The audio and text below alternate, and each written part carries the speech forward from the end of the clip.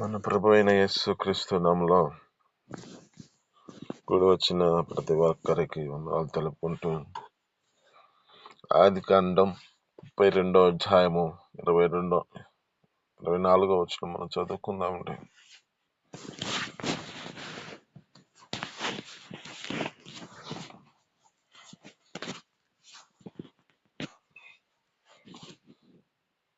ఆదికాండం 32వ అధ్యాయము 24వ వచనం.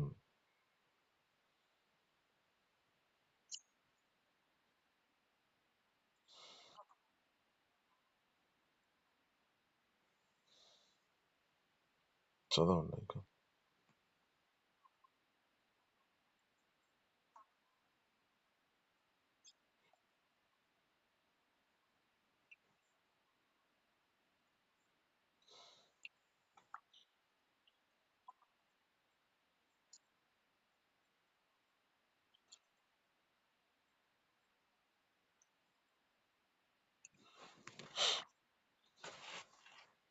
ఆమేన్. ఇక్కడ ఉన్న మాటలు బట్టి, దేవుని యొక్క లేఖనాలు బట్టి చూస్తున్న మాటలను మనం చాలా జాగ్రత్తగా గమనిస్తే, ఇక్కడ యాకోబు కనపడుతూ ఉన్నాడు.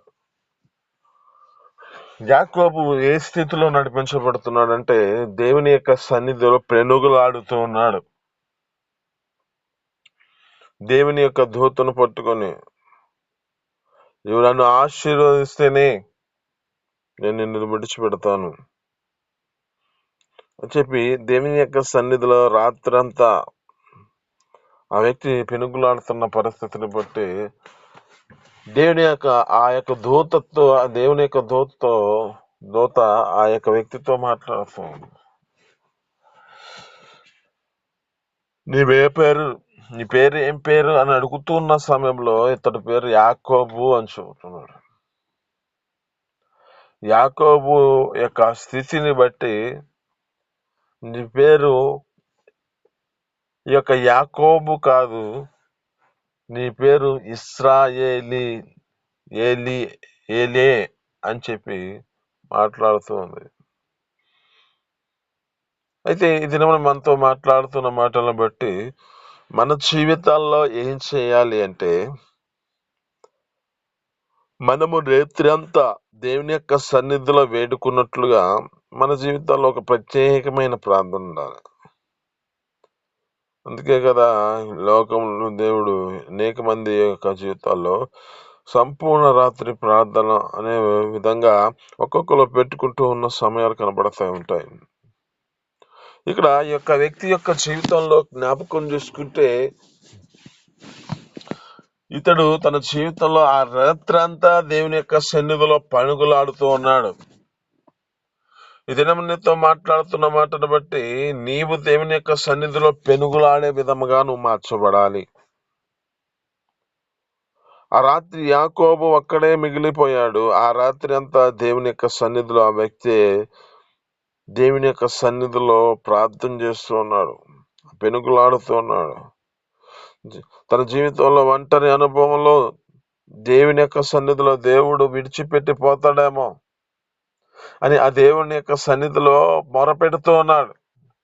దేవునితో మాట్లాడుతున్న మాటను బట్టి ప్రత్యేకమైన మాట ఏమిటంటే, నువ్వు ఒంటరిగా ఉన్నా నీ జీవితంలో దేవుడు నీకు తోడుగా ఉన్నాడని గ్రహించి ఆ దేవుని ఎదుట నీ జీవితాన్ని అప్పగించుకుంటే నీకు మంచిది. ఈ యొక్క యాకోబు యొక్క పరిస్థితి ఎలాంటిది? యాకోబు ఏ విధమైన స్థితిలో నడిపించబడ్డాడు అంటే, తాడు ఆ యొక్క జీవితంలో తల్లిదండ్రుల యొక్క ప్రదేశము, తల్లి యొక్క తండ్రి ఆ యొక్క ఇంటిని విడిచిపెట్టి పరిగెత్తుతున్న పరిస్థితి కనబడుతుంది. ఇతడు ఆ యొక్క పరిస్థితి ఎందుకు వచ్చింది అంటే, ఇక్కడ ఇతడు మోసపరిచి దీవెనలు పొందుకున్నాడని,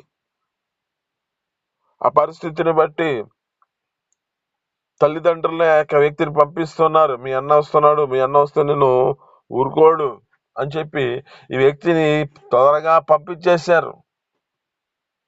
ఈ పంపించిన పరిస్థితిని బట్టి ఇతడు ఒంటరి జీవితం అయిపోయింది. ఇతని యొక్క పరిస్థితి ఎలాంటిది అంటే, ఇక ఎవరూ లేరు.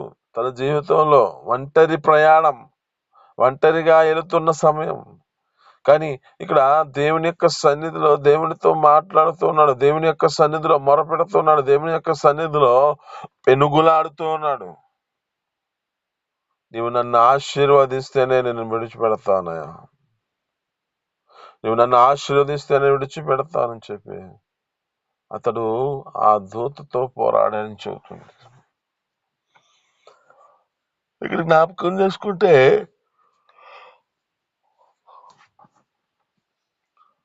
ఈ లేఖనాలు బట్టి చూస్తున్న మాట, అక్కడ అంటున్న మాటల్లో జ్ఞాపకం చేసుకుంటే హోషేయ గ్రంథంలో అంటాడు, ఏమంటాడంటే యాకోబు మగసిరి గలవాడే దేవుని యొక్కతో ఆ యొక్క దూతతో పోరాడి చెయ్యము పొందుకున్నాడంట. అతను తన జీవితంలో జ్ఞాపకం చేసుకుంటే దూతతో పోరాడి జయమ పొందుకున్నవాడిగా కనపడుతున్నాడు. ఇతడు రేత్రంతా ఆ దేవుని సన్నిధిలో, అయ్యా నీవు నన్ను ఆశీర్వదిస్తేనే నిన్ను విడిచిపెడతానని చెప్పి దేవుని ఎదుట మొరపెట్టుకుంటున్నాడు. ఒంటరి జీవితం అండి, ఒంటరి ప్రయాణం, ఒంటరి స్థితి, ఒంటరి యొక్క అనుభవం. ఎవరు లేరు, ఏ పరిస్థితి లేదు తన జీవితంలో. ఇక కృంగిపోయిన జీవితం, ఒంటరిగా ప్రయాణము, పరిగెత్తుతున్న పరిస్థితి తన జీవితంలో. ఇక ఏ పరిస్థితి వస్తుందో, ఏమైనా అపాయంలోకి వెళ్ళిపోతామని తమ జీవితాల్లో భయాందోళన కారణమయ్యే పరిస్థితిలో దేవుని యొక్క సన్నిధిలో వేడుకుంటూ ఉన్నాడు. నువ్వు ఆశీర్వదిస్తే నేను విడిచిపెడతానని. నీతో మాట్లాడుతున్న మాటలను బట్టి యాకోబు యొక్క పరిస్థితి ఎలాంటిది? యాకోబు యొక్క జీవితం ఒంటరి ప్రయాణమే, కానీ దేవుని యొక్క ప్రణాళికలో దేవుడు ఒక ప్రత్యేకమైన జీవితాన్ని అనుగ్రహించాడు. దేవుడు ఆ యొక్క వ్యక్తి జీవితంలో ఒక ప్రత్యేకమైన పరిస్థితిలో ఉన్నాడు. ఇతడు ఏ ప్రాంతానికి వెళ్తే ఆ ప్రాంతం ఆశీర్వదించబడుతుంది. ఇతని ద్వారా అక్కడున్న ఆ పరిస్థితులన్నిటినీ దేవుడు తారుమారు చేసి అనేకమైన ఆ యొక్క ప్రాంతాల్లో ఆశ్చర్యకరమైన స్థితిలోనికి తీసుకొచ్చాడు. మనం జ్ఞాపకం చేసుకుంటే తన మామ అయిన లాబాను యొక్క కలిగిన ఆ యొక్క గొర్రెలే కానీ ఏ విధంగా తన జీవితంలో గొప్పగా ఆశీర్వదించబడ్డాడు. కారణం యాకోబు ఆ ప్రాంతంలో ఇశ్రాయేలుగా మార్చబడిన వాడికి కనపడుతున్నాడు. యాకోబులో నుంచి దేవుడు ప్రత్యేకమైన పిలుపును పిలుస్తున్నాడు. నీవు ఇశ్రాయేలే అంటే ఈ యొక్క మూల పురుషుడుగా దేవుని యొక్క సన్నిధిలో ఇశ్రాయేలు ప్రజలకి కనపడుతున్న వ్యక్తిగా కనపడుతున్నాడు ఈ యొక్క యాకోబు. యాకోబు యొక్క జీవితంలో మోసకరమైన స్థితి, యాకోబు యొక్క జీవితంలో మోసగాడనే పేరు పొందుకున్నవాడే, కానీ దేవుని యొక్క సన్నిధిలో ఒక ప్రత్యేకమైన జీవితాన్ని కలిగి రేతులంతా ప్రార్థించి రేతులంతా తన జీవితాన్ని దేవుని సన్నిధిలో కుమ్మరించుకొని దేవుని ఎదుట తన యొక్క మనవులని దేవుని సన్నిధిలో చెప్పుకుంటూ ప్రార్థన చేస్తున్నాడండి. ఎప్పుడైతే ఈ ప్రార్థన ఆలకించిన దేవుడు అతన్ని ఉన్న స్థితిని మార్చాడు, అతను ఉన్న పరిస్థితిని మార్చేశాడు. దేవుని యొక్క సన్నిధిలో తన జీవితాన్ని ఒక గొప్ప స్థితిలో దేవుడు నిలబెట్టుకున్నాడే. అతడు అడుగు పెట్టిన ప్రతి స్థలము ఆశీర్వదించబడుతుంది. దీనికి కారణము అతడు దేవుని యొక్క సన్నిధిలో రేత్రంతా ప్రార్థన చేసిన వాడిగా కనబడుతున్నాడు. నువ్వు దేవుని సంఘంలో నీ జీవితంలో ఎప్పుడైనా దేవుని యొక్క సన్నిధిలో మొరపెట్టుకున్నావా? ఆ దేవుణ్ణి వేడుకుంటున్నావా? ఆ దేవుని సన్నిధిలో నీ ఒక స్థితిని బట్టి, నీ పరిస్థితులను బట్టి ఒక ప్రత్యేకమైన ప్రార్థనతో నువ్వు నిలబడి దేవుని యొక్క సన్నిధిలో ఆ పాదాలను పట్టుకొని, ఆ దేవుని దూతల యొక్క పాదాలను పట్టుకొని నీవు విడిచిపెట్టుకున్నావు. నువ్వు నన్ను ఆశీర్వదిస్తే నేను విడిచిపెడతానని స్థితిలో నువ్వు నడిపించబడ్డావా? యాకోబు తన జీవితంలో ఎంతగా నడిపించబడ్డాడండి. యాకోబు ఏ పరిస్థితుల్లో దేవుడి యొక్క సన్నిధిలో తన జీవితంలో అప్పగించుకున్నాడు కనపడుతుంది కదండి. ఇక జ్ఞాపకం చేసుకుంటే దేవుని యొక్క సన్నిధిలో ప్రార్థన చేసిన వ్యక్తి ప్రభువైన యేసుక్రీస్తు దేవుని యొక్క సన్నిధిలో ప్రార్థన చేస్తున్నాడు. ఏ విధమైన పరిస్థితిలో ప్రార్థన చేస్తున్నాడు అంటే అతడు రాత్రి అంతా మెలకుగా ఉండి దేవుని సన్నిధిలో ప్రార్థన చేస్తున్నాడు. అక్కడ ఎందుకు ఈ ప్రార్థన అంటే మన శోధనలోనికి ప్రవేశించకుండా మెలకు కలిగి ప్రార్థన చేయండి అని చెప్పి శిష్యులతో చెబుతూ తన శిష్యులను అక్కడ విడిచిపెట్టి ఆయన ఇంకొక ప్రాంతానికి వెళ్ళి ఆయన ఒక ప్రదేశానికి వెళ్ళి ఆ ప్రదేశంలో దేవుని సన్నిధిలో ప్రార్థన చేస్తున్నాడే. ప్రార్థన ఎలాంటిదంటే అతనికి దేవుని యొక్క సన్నిధిలో అప్పగించవలసిన పరిస్థితి, తన యొక్క జీవితాన్ని అప్పగించుకోవాల్సిన పరిస్థితి, తన యొక్క స్థితిని బట్టి అయ్యా ఈ గిన్నె నా యొద్ద నుంచి తీసివేయి అంటున్నాడు. మరలా అంటున్నాడు, అయ్యా ఇది నీ చిత్తం అయితే. అక్కడ ప్రణాళిక ఏమిటంటే దేవుని యొక్క ఉద్దేశం ఏమిటంటే ఈ గిన్నెకు సాదృశ్యం ఏమిటి అంటే ఇతని యొక్క మరణకరమైన స్థితిలోకి వెళ్ళే పరిస్థితి. ఒక గొప్ప వాత్సల్యతను చూపించాడు దేవుడు. ప్రభువైన యేసుక్రీస్తు ఎందుకు ఈ యొక్క శిలువ త్యాగం చేయబడ్డాడంటే, ఎందుకు ఈ పరిస్థితుల్లో దేవుని యొక్క సన్నిధిలో ఆ యొక్క వ్యక్తి వేడుకున్నాడంటే దేవుని చేత ఎన్నికబడిన వాడు కనుక దేవుడు అంగీకరించినట్లుగా ఆ యొక్క ప్రాంతంలో అతడు రేత్రంతా దేవుని వేడుకుంటున్నాడు. ఒకవేళ ఈ సమస్య నుంచి ఒకవేళ ఈ పరిస్థితిని మారుస్తాడేమో అని. అంటే పరిస్థితి మార్చడం కాదు, కానీ దేవుని ఉద్దేశం ఏమిటంటే ఈ లోకములో ఉన్న మానవుడు ఎవరో చనిపోకూడదు, కానీ అందుకని తన కుమారుని పంపించి ఆ కుమారుని యొక్క స్థితిని బట్టి మరణకరమైన పరిస్థితిలో ఉన్న ఆ యొక్క వ్యక్తి మరణము పొంది అంత విధేయతను చూపించిన వాడుగా ఈ యొక్క ప్రభువైన యేసుక్రీస్తు కనబడుతున్నాడు. ప్రభువైన యేసుక్రీస్తు రేత్రంతా దేవుని సన్నిధిలో వేడుకున్నట్టును బట్టే దేవుని యొక్క సన్నిధిలో ఆ యొక్క వ్యక్తి దేవుని యొక్క సన్నిధిలో అప్పగించబడిన వాడే ఈ సర్వలోకములో ఉన్న ప్రతి మనిషికి పాపము నుంచి విడిపించిన వాడిగా ఒక దీవెనకరమైన స్థితిలోనికి వచ్చిన వాడిగా కనబడుతున్నాడు. అక్కడ అంటది యెషయా గ్రంథంలో ఉంటాడు, అతని సంతతి ఆయనను చూస్తుంది, అతడు దీర్ఘాయుష్మంతుడు అవుతాడు, అతడు చేయు కార్యములన్నీ సఫలమవుతాయి అని చెబుతున్నాడు. ఇవన్నీ ఎందుకు కారణము అంటే ఇతడు దేవుని యొక్క సన్నిధిలో మొరపెట్టుకున్నాడు. ఇతడు దేవుని యొక్క సన్నిధిలో ప్రభువైన యేసుక్రీస్తు మొరపెట్టాడు. ఇక్కడ యాకోబు యొక్క జీవితంలో ఏ పరిస్థితిలో నడిపించబడినా దేవుని సన్నిధిలో రేత్రంతా కొన్ని పెనుగులాడిన వాడిగా కనపడుతుంది. దేవుని యొక్క సన్నిధిలో పెనుగులాడిన పరిస్థితిని బట్టి ఒక ఇశ్రాయేలు ప్రజలకు మూల పురుషుడిగా కనపడుతున్నాడే. ఈ యొక్క ఇశ్రాయేలు ప్రజలకు ఏ ప్రాంతంలో ఈ యొక్క వ్యక్తి తిరుగుతున్నాడో ఆ ప్రదేశం అంతటా ఆశీర్వదించబడుటకు కారణమైంది. ఇక ప్రభువైన యేసుక్రీస్తు కూడా రేతునంతా దేవుని సన్నిధిలో ప్రార్థన చేస్తున్నాడు.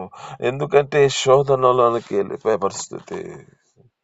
శోధనలో దేవుని యొక్క సన్నిధిలో ఆ యొక్క వ్యక్తి నిలిచిన వాడిగా కనబడుతున్నాడు. ప్రభువైన యేసుక్రీస్తు తన జీవితంలో సిలువ త్యాగం చేయబడిన వాడుగా ఆ శోధనలో సహించే శక్తిని, యొక్క శోధనలో తన జీవితంలో భరించే ఆ యొక్క పరిస్థితిని దేవుని సన్నిధిలో తన జీవితాన్ని నెమ్మలపరుచుకున్నాడు. దీనికి కారణము దేవుని యొక్క సన్నిధిలో రేత్రంతా ప్రార్థన చేసిన వాడికి కనబడుతున్నాడు. తన శిష్యులతో చదువుతున్నాడు, మీరు ఇంకెంతవరకు ఈ పరిస్థితిలో ఉంటున్నారు? మెలకువగా ఉండి దేవుని సన్నిధిలో వేడుకోండి, మెలకువగలిగింది దేవుని సన్నిధిలో ప్రార్థన చేయండి. ప్రార్థన మన జీవితాల్లో పరిస్థితులు మారుస్తుంది. ఈ ప్రార్థన ద్వారా దేవుడు అనేకమైన అద్భుత ఆశ్చర్యకారములు జరిగించగలిగిన దేవుడు. అయితే ఈ రేతునంతా దేవుని యొక్క సన్నిధిలో వేడుకునే ఒక స్థితి నీ జీవితంలో ఉన్నదా? ఒక ప్రత్యేకమైన ప్రార్థనలో సంపూర్ణతలో దేవుని సన్నిధిలో మెలకువ కలిగి దేవుని ఆరాధించే స్థితిలో నువ్వు నడిపించబడుతున్నావా? అంత భారం మన జీవితాల్లో కలిగి ఉండలేని పరిస్థితి కనబడుతుంది. అంత భారం మన జీవితాల్లో ఎంతవరకు అంటే మన స్థితిని బట్టి కొంతవరకు నడిపించగలుగుతున్నాము, కానీ దేవుని సన్నిధిలో ఒక సంపూర్ణమైన స్థితిలోనికి మనం నడిపించబడాలని పరిస్థితి. దినములతో మాట్లాడుతున్న మాటను బట్టి యాకోబు రేత్రంతా ప్రార్థన చేసి దేవుని సన్నిధిలో వేడుకున్నాడు కనుక అతని యొక్క పేరు మార్చబడింది, అతని స్థితిని మార్చబడింది, అతను ఉన్న ప్రాంతాన్ని దేవుడు ఆశ్రయించినట్లుకు కారణమైంది కదా. ప్రభువైన యేసుక్రీస్తు దేవుని యొక్క సన్నిధిలో అప్పగించబడిన వాడుగా రేత్రంతా ప్రార్థన చేసిన వాడుగా కనపడుతున్నాడు. అయితే అక్కడ ఉన్న పరిస్థితిని బట్టి మనుషుల యొక్క పాపాల నుంచి విడిపించడానికి, రక్షించడానికై, వారి యొక్క జీవితాలలో ఈ పరిస్థితుల నుంచి నడిపించడానికై ఒక ప్రత్యేకమైన స్థితిలో దేవుడు ఏర్పరచుకున్నాడే.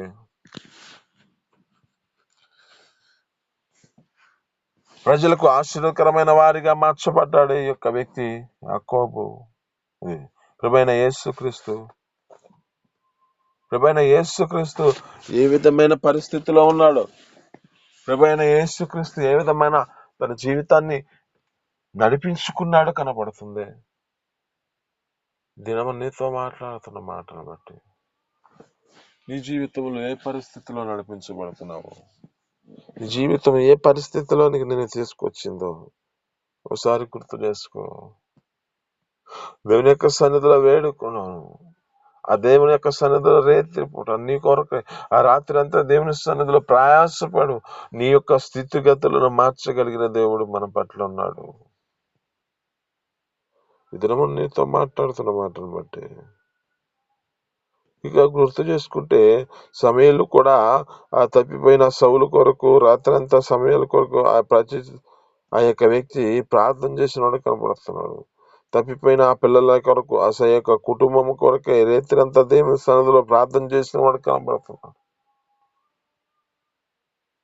ఎందుకు ఈ పరిస్థితులన్నిటినీ దేవుడు తారు మార్చగలిగిన దేవుడు కనుక, ఆ యొక్క స్థితిగతులను మార్చగలిగిన దేవుడు కనుక అతని యొక్క స్థితిని బట్టి దేవుని సన్నిధిలో సమయాలు ప్రార్థన చేస్తున్నాడు రేత్రంతా దేవుని సన్నిధిలో. సౌలు కొరకు, తప్పిపోయిన సౌలు కొరకు రేత్రంతా దేవుని సన్నిధిలో వేడుకుంటున్నాడు. ఎందుకంటే సౌలుని దేవుని ప్రత్యేకమైన స్థితిలో నడిపించుకున్నాడు. ఒక ప్రణాళికలో తన జీవితంలో అల్పమైన గోత్రముల నుంచి దేవుడు పిలుచుకుని ఆ పిలుపులో అతని జీవితంలో ఏ పరిస్థితిలోకి వెళ్తుందంటే తప్పిపోయిన వాడిగా కనబడుతున్నాడు. దేవుడు చెప్పిన మాట ప్రకారం జీవించలేని పరిస్థితి, దేవుడు తన జీవితంలో ఇచ్చిన ఆ యొక్క ఆశీర్వదకరమైన స్థితిలో ఉండలేని, ఆ యొక్క నిలుపుకోలేని పరిస్థితిలో కనబడుతున్నాడు సౌలు గారు.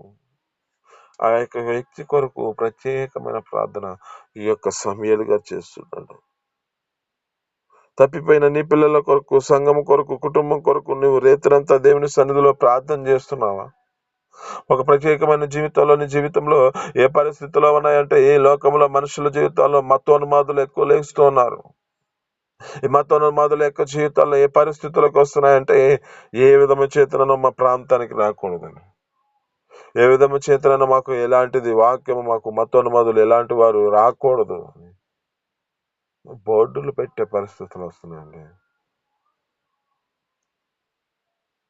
ఉన్న ప్రాంతాల నుంచి వెలివేసే పరిస్థితులు వస్తున్నాయండి.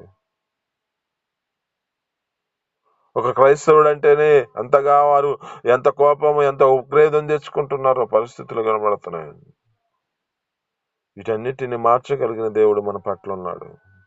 ఆ దేవుని సన్నిధిలో రేత్రంతా దేవుని కొరకు, దేవుని యొక్క సన్నిధిలో మనం ప్రయాసపడి ఆ దేవుని యొక్క సన్నిధిలో ప్రతి ఒక్కరి కొరకు మనం ప్రార్థన చేయాలి. ఆ యొక్క సంఘమే కానీ, సంఘములో ఉన్న తప్పిపోతున్న పిల్లలే కానీ, తన యొక్క పరిస్థితులలో ఈ లోకంలో ఉన్న మనుషుల యొక్క జీవితాల్లో మత్తోన్మాదులే కానీ, ఎలాంటి వారు ఉన్నా, ఏ పరిస్థితిలో ఉన్నా, ఏ స్థితిలో ఉన్నా వారందరినీ మార్చగలిగిన దేవుడు మన పట్ల ఉన్నాడు. అయితే ఆ దేవుని సన్నిధిలో మనం రేత్రంతా దేవుని సన్నిధిలో వేడుకునే వారిగా మనం ఉన్నామా? ఆ దేవుని యొక్క సన్నిధిలో రేత్రంతా దేవుని సన్నిధిలో వేడుకునే వారిగా మన జీవితాలు నడిపించబడాలి. ఎందుకంటే ఈ లోకంలో మనుషుల జీవితాలు ఏ పరిస్థితిలోకి వస్తున్నాయో తెలియట్లేదు. వారు ఏ విధమైన కోరత్వం కలిగిన వారు, ఏ విధమైన ఆరక్షకలకు పాల్పడుతున్నారో తెలియట్లేదు. పరిస్థితులన్నీ తారుమారైపోతున్నాయి. అనుకున్నవన్నీ జరిగే పరిస్థితులు కనబడట్లేదు. ఏ విధమైన చైతన్యం క్రైస్తవులను, ఏ విధమైన చైతన్యం ఈ క్రైస్తవులకు ఉన్న ప్రతి అధికారాలన్నింటినీ, ఈ క్రైస్తవులకు ఉన్న ప్రతిదీ ఒక చట్టం, వ్యతిరేకమైన చట్టం తీసుకొచ్చుకోవాలని ఆలోచన చేత నడిపించబడుతున్నారు. ఎన్ని స్వరాలు మోగిపోయినాయో. దేవుని యొక్క సేవకులు, మంచి మంచి సేవకులు మనం కోల్పోయిన పరిస్థితి కనబడుతుంది. శోధనలోనికి ప్రవేశించుకున్నట్లు మెలకువగలిగి ప్రార్థన చేయి అంటున్నాడు. మంచి మంచి సేవకులు మనం కోల్పోయామే. ఇకనైనా మన దేవుని సన్నిధిలో వేడుకుందాం. దేవుడు తగిన సమయంలో ప్రతి ఒక్కరిని దేవుడు నిలబెట్టుకొని ఒక గొప్ప సేవకులుగా, ఒక గొప్ప యొక్క బలమైన పాత్రలుగా అనేక మందిని దేవుడు ఒక దీవెనకరమైన స్థితిలోనికి తీసుకొచ్చే స్థితిలోనికి మనమే కారణమయ్యే పరిస్థితిలోనికి మనం రావాలి. అట్టి కృప మనకు అనుగ్రహించి మన జీవితాల్లో దేవుడు ఒక ప్రత్యేకమైన స్థితిలో నిలబెట్టుకును గాక. ఈ మాటలు మేనికుడులు దీవించి ఫలించును గాక. చిన్ని ప్రార్థన. పరిశుద్ధ జీవాధిపతి ఆశ్చర్యకర మహోన్నతుడా, నీకు స్తోత్రాలు తండ్రి. దేవా, మరి జ్ఞాపకం చేసుకుని నీకు స్తోత్రాలు తండ్రి. అయ్యా నా తండ్రి, నీ సన్నిధిలో రేత్రంతా యాకోబు పెనుగులాడుతున్నాను తండ్రి. దూతతో పోరాడి జయము పొందిన వాడిగా కనబడుతున్నాడు. ఒక మగసిరి గలవాడై దేవుని సన్నిధిలో పోరాడి జయము పొందుకున్నాడని లెక్కన సెలవిస్తున్నాడు.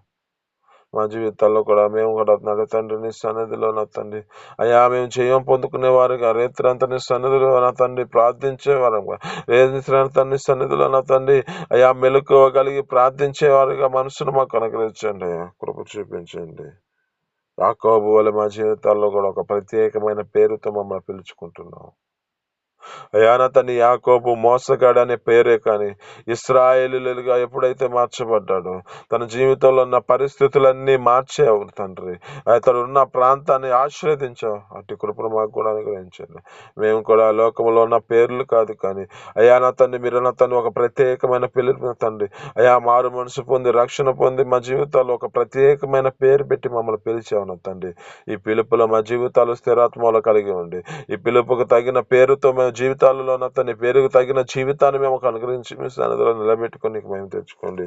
అయ్యా నా తండ్రి, మీరు తండ్రి అయ్యా ప్రియమైన యేసుక్రీస్తు అయ్యా నా తండ్రి, మీరు మా కొరకు రైతులంతా ప్రార్థన చేసిన తండ్రి, మీరు నా తండ్రి సిలువ త్యాగం చేయబడిన వారిగా మార్చబడి ఈ లోకములో ఉన్న పాపాలన్నింటినీ తొలగించిన తండ్రి ఒక ప్రజలకు ఆశ్చర్యకరమైన వారిగా అయ్యా దీర్ఘాయుష్మంతులుగా మీరు మార్చబడ్డారు. అయ్యా మా కృప చూపించి మా జీవితాల్లో కూడా మేము కూడా అనేక మందికి మాదిరికరంగా అనేక మందిని పాపుల నుంచి ఆ పాప దోషముల నుంచి మేము రక్షించినట్లుగా నీ వైపునకు మలిచే కృపను మాకు తెచ్చేయండి. అలాగే తండ్రి సమయాల యొక్క జీవితంలో తన తప్పిపోయిన సౌలు గురించి ప్రార్థన చేస్తున్నాడు. రైతులంతా భారం కలిగి ప్రార్థన చేస్తున్నాడు తండ్రి. అయ్యా మా కృపతో జ్ఞాపకం చేసుకుని మన తన యొక్క సహోదరుల మీద కూడా తండ్రి ఎవరైతే తప్పిపోతున్నారో వారి జీవితాలను బట్టి కూడా మేము ప్రార్థించేవారుగా కృప చూపించి మా సన్నదిలో సహాయం చేయండి. అలా నా తండ్రి మత్తోన్మాదుల యొక్క జీవితాల్లో కూడా వారి హృదయాల్లో లేస్తున్న ప్రతి ఒక్క ఉగ్రవాదమైన పరిస్థితులన్నిటిని తొలగించి వారు మారు మనసు పొందే కృపను మాకు దయచినట్లుగా వారి కొరకు కూడా మేము ప్రార్థించేవారుగా ఉండే కృపను మాకు దయచిమని యేసు పరిశుద్ధ నామములో పొందుకొని జీవిస్తున్నాం తండ్రి. ఆమేన్.